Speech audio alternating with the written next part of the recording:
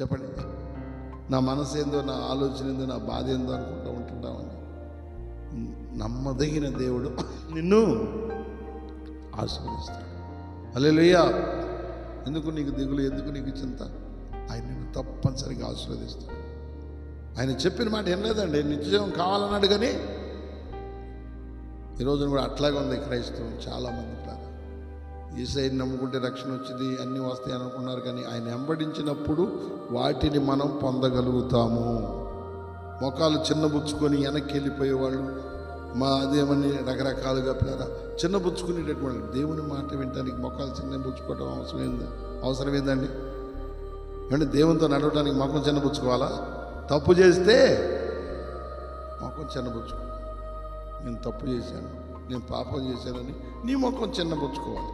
కానీ దేవుని నీతిలో నడుస్తా, దేవుని సత్యంలో నువ్వు ఉంటా, ఇక మొఖం చిన్నబుచ్చుకోవాల్సిన అవసరం లేదు. సంతోషంగా ఉండాలి. హల్లెలూయా. అబ్బా, మంచి మాట చెప్పావు ప్రభా, నేను ఇప్పుడే అలాగా చేస్తానయ్యా. అని ఏం చేయాలి అతను? చెప్పండి, ఏం చేయాలి? పరుగుని వెళ్ళిపోయి అలాగే చేస్తానని ప్రభువుని వెంబడించాలి. వచ్చి మరి నిత్యజీవం కావాలన్నాడుగా. ఇంక ఈ జీవం ఎందుకు? ఇదంతా ఎంతలో కనబడి అంతలో మాయమైంది, అంతలో కనబడి అంతలో మాయమైపోయి ఆవిర్లాంటిది. అతని సంపాదన కూడా, మిగులు ఆస్తి కూడా సంపాదించుకుంది. అసలు రేపు ఏం జరుగుతుందో అతనికి తెలియదండి.